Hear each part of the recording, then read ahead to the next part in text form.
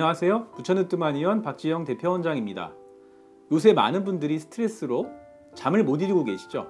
대학 입시를 치르시는 수험생분들과 학부모분들, 그리고 이렇게 어려운 불경기에 생업으로 어려운 자영업자분들, 잠들기 힘드신 분들 많을 거예요. 오늘은 불면증과 수면장애에 좋은 꿀팁 9가지 말씀드리겠습니다. 사실 꿀팁이라고 말씀드리긴 했는데요, 어떻게 보면 좀 당연한 내용이기도 하고요, 막상 들었을 때 이게 뭐야 하지만 실천이 어려운 내용들입니다.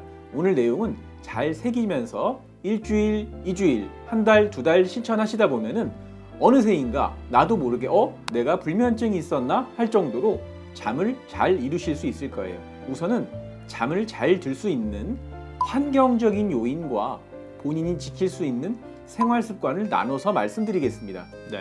첫 번째, 안방과 거실에는요, 밝은 형광색보다는 전구색 등을 설치하시는 겁니다. 잠을 못 이루시는 분들 보면 대개 조명 색깔을 한번 살펴보세요. 잠을 주무시기 직전까지 거실에 계시는데 또는 안방에 형광등을 켜고 계진 않으신가요? 주무시다가 깨서 화장실에 가시려고, 물 마시러 또 주방에 갈 때 형광등이 켜져 있는 건 아닌가요? 열심히 공부해야 하는 수험생 자녀의 방에는 또 무언가 집중해서 업무를 처리하셔야 되는 서재에는 형광등이 맞지만요, 잠으로 들어가기 전에 준비해야 하는 곳, 거실과 또 중간에 화장실을 가기 위해 들락거리는 주방, 안방에는 전구색 등을 설치하시는 것이 좋습니다. 여기서 색 온도에 대해서 말씀드릴게요. 전구색은 색 온도가 3000K, 3000켈빈 정도 되고요. 주광색, 우리가 흔히 말하는 형광등 색깔은 6000에서 7000켈빈으로 약 2배가 넘습니다. 색 온도는요, 낮을수록 휴식과 안정에 도움이 되고 깊은 수면으로 들어갈 수가 있고요. 색 온도가 높을수록 각성을 지켜주고 집중력에 좋습니다. 따라서 공부방이나 서재 등에는 형광등도 괜찮지만 잠으로 직접 이어지는 공간에는 안방, 거실, 주방, 화장실 등에는 전구색 등이 좋습니다. 댁을 둘러보셨는데 안방이 전부 형광등색 등밖에 없다 싶으시면 오늘 당장 조명 가게에 가셔서 전구색 LED 등은 얼마나 하는지 견적을 한번 받아보세요. 또 비용이 부담이 되신다면 안방에는 전구색 스탠드를 설치해 보세요. 편안하게 잠을 드는데 이 정도 비용 투자는 아깝지 않으실 거라 생각됩니다. 두 번째는요, 커튼으로 방안을 깜깜하게 만들기입니다. 밤에 잠을 주무셔야 되는데 밝은 빛이 들어오면 뇌에 있는 이 센서가 헷갈리기 때문에 잠이 들기 어렵습니다. 최대한 깜깜하게 해주시는 게 좋고요. 방 안에는 두툼한 암막 커튼을 설치하시면 도움이 됩니다. 혹시라도 여의치 않은 상황이시다, 다른 사람과 기숙사에서 같이 생활하는데 어떻게 해요? 이럴 때는요, 수면 안대를 사용해서 잣빛을 차단해 주시면 도움이 됩니다. 세 번째, 수면은요, 규칙적인 패턴을 만드시는 것이 중요합니다. 정해진 시간에 잠자리에 드셔서 정해진 시간에 일어나시는 거예요. 예를 들어서 11시를 주무시는 시간으로 정해놓고 7시를 일어나는 시간으로 정해 놓으셨으면요, 그 시간에 자리에 드셔서 잠을 청해 보시고요. 물론 불면증이 있으니까 잠이 잘 안 오실 거고 늦게 잠이 드실 거예요. 그래도 정해진 7시에 일어나시고, 또 잠이 낮에 쏟아질 수 있지만 낮에 낮잠을 주무시지 않고 몸을 피곤한 상태로 만드시면 그 시간에 습관이 되었을 때 11시에 자리에 들었을 때 잠을 드실 수 있습니다. 또 중요한 거는요, 낮잠을 주무시면 수면 패턴이 무너질 수가 있고요. 주말에 또 잠을 못 주무셨다고 몰아서 주무시는 경우가 있는데 정말 안 좋은 습관입니다. 네 번째, 카페인 섭취하지 않기입니다. 너무나도 당연한 얘기인데요, 흔히 알고 있는 커피와 녹차 외에도 에너지 드링크, 홍차, 심지어 초콜릿과 콜라에도 일정량의 카페인이 들어 있습니다. 따라서 멀리 하시는 게 좋고요. 잠을 못 자고 있는 상황에서는 뇌신경계를 교란시키기 때문에 가능하면 끊는 게 좋습니다. 다음날 잠을 못 자고 집중해서 일을 하는 상황이라면 어쩔 수 없다 싶을 때는 커피도 최소한으로 줄여보시고요. 또한 커피를 습관적으로 드시는 분이라면 커피 대신에 디카페인 커피를 드시는 게 좋고요. 녹차를 즐겨 드셨던 분들이라면 녹차 대신에 카모마일 차나 둥글레 차를 추천해 드립니다. 다섯 번째는 낮에 햇볕을 보면서 산책하기입니다. 낮에 햇볕을 보면 피부 아래서 비타민 D가 생성이 돼서 골다공증 예방에 도움이 된다는 이야기는 많이 알고 계시죠? 밝은 낮에 눈으로 햇빛을 직접 보시게 되면 머릿속에서는 세로토닌이라고 하는 호르몬이 생성됩니다. 세로토닌은 행복 호르몬으로 널리 알려져 있는데요. 직접적으로 우울감을 예방하고 기분을 즐겁게 해주는 효과 외에도 저녁 시간이 돼서 어두워지면은 이 세로토닌이 수면 호르몬으로 불리는 멜라토닌으로 전환되게 됩니다. 산책을 햇볕을 보면서 30분 정도 충분히 해주시고요. 낮은 걸 인지하는데 우리 눈을 통해서 햇볕을 보는 게 좋기 때문에 이럴 때 선글라스는 끼지 않으시는 게 좋습니다. 여섯 번째, 잠들기 2시간 전에는 TV나 스마트폰을 시청하지 않는다입니다. 잠들기 한두 시간 전에는 TV나 스마트폰을 시청하지 않는 게 좋고요. 스마트폰도 이렇게 설정을 통해서 저녁 시간에 정해진 시간이 되면 수면 모드로 화면을 약간 어둡게 만들 수 있는데요. 제일 좋은 거는요, 스마트폰을 아예 내 침실 밖으로 꺼내놓는 것이 좋습니다. 혹시나 밤사이에 급한 연락이 오면 어떡하냐고요? 네, 그런 걱정과 스트레스가 불면을 만듭니다. 그리고 알람을 못 들으면 아침에 어떻게 일어나나 이럴 때는요, 무소음 아날로그 알람 시계를 머리맡에 하나 두시면 됩니다. 일곱 번째는 잠들기 전 가벼운 족욕하기입니다. 불면증은 상열하한증의 한의학적 병태로 설명드릴 수 있는데요. 아래가 따뜻하고 머리 위쪽이 서늘해야 건강한데 불면증 환자분들은 대체로 뒤바뀌어 있으세요. 상체에 열이 몰려 있고 하체가 찬 경우가 많은데요.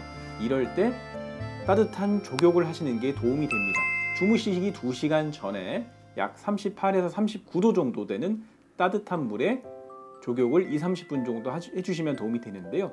그렇다고 뜨거운 물로 온몸을 담그시는 목욕은요, 몸을 이완시켜주기도 하지만 체온을 상승시키고 교감신경을 흥분시키기 때문에 수면에는 방해가 됩니다. 여덟 번째는 잠들기 2시간 전에는 격렬한 운동하지 않기와 음식 섭취하지 않기입니다.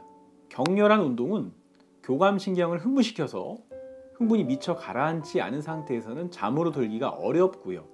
또 음식물을 섭취하시는 건 음식물 섭취 후에 바로 누웠을 때 속이 더부룩하고 불편하고 위산이 역류하기 때문에 숙면에 방해가 될 수밖에 없습니다.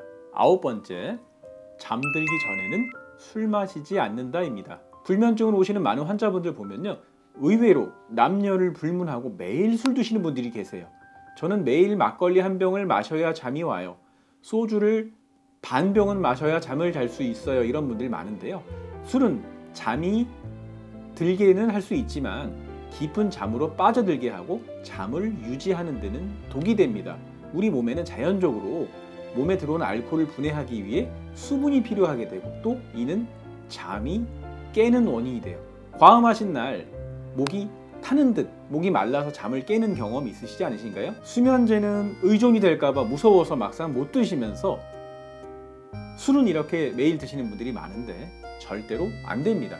알코올 때문에 몸이 상할 뿐더러 장기적으로는 알코올성 치매로 진행될 수도 있으므로 정말 조심하고 술에는 의존하시면 안 됩니다. 한의학적인 원인과 치료 방법 그리고 불면증에 좋은 혈자리에 대해서 말씀드리겠습니다. 불면증의 원인을 한의학에서는 어떻게 보고 있을까요? 보시는 원장님들마다 다 다를 수 있는데요. 정리해보면 대략 5가지 정도로 말씀드릴 수 있을 것 같아요. 첫 번째는 사료과다. 스트레스가 정말 많고요. 걱정을 사소하는 타입입니다. 두 번째는 심담 허겁인데요. 사소한 일에 미리 걱정해서 작은 일에 미리미리 겁을 내는 분들입니다. 스트레스를 받을 때 짜증을 내기보다는 두려워하거나 초조해하는 분들이 여기에 속하고요. 세 번째, 심혈허증입니다. 우리 그런 얘기 많이 들어보셨죠? 너무 오랫동안 스트레스를 받으니까 정말 피가 마르는 것 같아. 심장에 피가 마르는 것 같아. 여기에 해당하는 내용인데요. 심장이 혈이 부족해져서 나타나는 증상이고요. 네 번째는 음허화동입니다. 음기가 부족한 상태에서 화가 위로 솟아서 나타나는 건데요. 몸이 극도로 피곤해서 몸이 기운이 고갈될 때 나타나는 화입니다.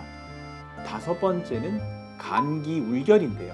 간의 기운이 부드럽게 풀어지고 소통이 되어야 되는데 간의 기운이 뭉쳐서 나타나는 증상인데 마른 젊은 여성분들이 나타나는데 짜증이 심하다는 특징이 있습니다. 이 영상을 보고 계신 시청자분들, 본인이 어디 속하는지 확인 한번 해보셨나요? 하나 아니면 몇 가지가 겹칠 수 있을 거예요. 한의학적인 치료는요, 환자분과 진찰, 진맥을 통해서 불면의 앞서 말씀드린 한의학적인 원인을 정확하게 파악을 하고요. 여기에 맞게 한약을 처방하고 깨어진 자율신경의 균형을 회복시켜줄 수 있게 침치료 또 약침치료도 꾸준하게 병행하는 치료를 합니다. 명심하셔야 되는 점은요, 한의학적인 치료가 수면제를 처방해 드리는 건 아니기 때문에 며칠 한약을 드셨다고 또 두세 번 침을 맞았다고 갑자기 잠에 골아 떨어지지는 않을 수 있다는 점입니다. 불면으로 흐트러진 기운을 골고루 펴주고 순환시켜주는 것을 도와드리는 역할을 한다고 보시면 됩니다. 그럼 한의원 치료 전부터 제가 수면제나 수면요대제를 먹고 있었는데 원장님, 한약을 처방받으면 이 약들은 어떡하나요? 끊어도 되겠죠? 라는 질문을 되게 많이 받는데요. 가장 베스트는 드시던 약을 그냥 바로 끊고 한약으로만 원활하게 치료가 될 수 있으면 저도 참 좋겠는데요. 한약은 장점과 단점이 아주 명확한 치료입니다. 장점은 수면제나 수면유대제처럼 의존성이 없고 본인의 리듬을 회복할 수 있게 자연 치료해주는 장점이 있는 반면에 단점은 양약만큼 치료 효과가 바로바로 나타나긴 어렵다는 점입니다. 드시던 양약은요, 가지고 오셔서 처방전을 보여주시고 한약과 같이 또 침치료를 하면서 조금씩 수면 상태가 개선이 되었을 때 점차 끊어갈 수 있도록 하는 것이 좋습니다. 이를 테이퍼링이라고 하는데요. 비유를 해보면요, 우리 증상을 욕조에 물을 가득 채워놓고 농구공을 손으로 꾹 눌러놓는다고 생각을 해보세요. 손에 압력이 느껴질 텐데요. 갑자기 손을 떼면 어떻게 될까요? 이 증상에 비유한 농구공이 위로 확 솟아오르겠죠. 정말 어떻게 할 수 없을 정도로 힘들어질 수 있습니다. 그럴 때는 서서히 손에 압력을 떼면 농구공이 위로 천천히 나오겠죠. 서서히 복용량을, 수면제 복용량을 줄일 수 있도록 하셔야 됩니다. 불면증에 좋은 혈자리는 어디가 있을까요? 네, 여기 있는 혈자리 아마 다른 영상에서도 들어보신 적이 있을 거예요. 일전에 제가 담적병과 소화불량에 도움이 되는 혈자리로 소개를 해드린 혈자리 겹치는 게 많은데요. 불면증이 있는 분들은 자율신경의 균형이 깨져 있기 때문에 소화 흡수력도 떨어지는 분들이 많으세요. 재미있죠? 잠을 잘 자게 되면 소화 흡수도 잘 되고 소화 흡수력이 좋아져서 영양소를 골고루 균형 있게 섭취할 수 있게 되면 잠도 잘 잘 수 있거든요. 여기 나오는 혈자리는요, 제가 일전에 담적병에 좋은 혈자리로 소개를 해놨으니까 한번 참고해 주세요. 첫 번째, 내관혈입니다. 손바닥 끝 주름 맞은편에 세 손가락을 대고 닿는 곳 가운데 있는 혈자리입니다. 잠이 안 오고 불안할 때뿐 아니라 소화가 안 될 때, 미식거리고 멀미할 때, 입덧할 때도 도움이 되는 만능 혈자리입니다. 볼펜 끝이나 손톱으로 꾹꾹 눌러주세요. 두 번째는 신문혈입니다. 혈자리 이미 재미있죠? 신이 드나드는 문, 손바닥 측에서 네 번째와 다섯 번째 손가락 사이에서 수직으로 내려오는 선이 첫 번째 손목 주름과 만나는 곳에 움푹 파인 곳입니다. 불면증뿐 아니라 화병, 가슴 두근거림, 건망증 등의 다양한 신경 증상에 효과가 있습니다. 세 번째는 공손혈입니다. 공손혈은요, 발바닥 안쪽 엄지발가락부터 발 뒤꿈치 방향으로 발가락을 타고 들어가다 보면 첫 번째로 쏙 들어간 걸리는 곳입니다. 공손혈은요, 위장의 모든 증상을 치료해주는 혈자리로 알려져 있는데요. 복통, 식욕부진, 설사, 구토에 효과가 좋고요. 네 번째는 전중혈입니다. 가슴뼈 중앙, 남성 기준으로 봤을 때 양유두가 만나는 선의 정중앙에 오목한 곳입니다. 우리가 흔히 다른 말로 단중이라고 말하는데요. 급소예요. 꾹 엄지손가락으로 누르시다 보면은 드림이 꺽 나오면서 체한 분들도 속이 시원해지세요. 체했을 때도 직방이라서 담적병에도 효과적인 혈자리이지만 불면증, 스트레스로 인한 재반 증상에도 매우 효과가 좋습니다. 5번째는 우리가 많이 알고 계신 백회혈입니다. 백회혈은요, 우리 머리 정 가운데서 가장 높이 솟아있는 곳, 양쪽 귀가 만나는 가상의 선 정중앙인데요. 우리 몸에서 모든 양기가 모이는 곳이라고 해서 백회라고 말을 합니다. 양 손끝을 이렇게 오므리신 상태에서 손톱으로 꾹꾹 눌러주세요. 불면증뿐 아니라 두통, 어지럼증, 고혈압의 효과가 좋습니다. 백회혈은 제가 임상 경험으로 봤을 때 오랜 시간 스트레스를 많이 받고 계시고 화병이 있는 분들은요, 이 백회 주변에 두피가 들떠 있는 경우가 많아요.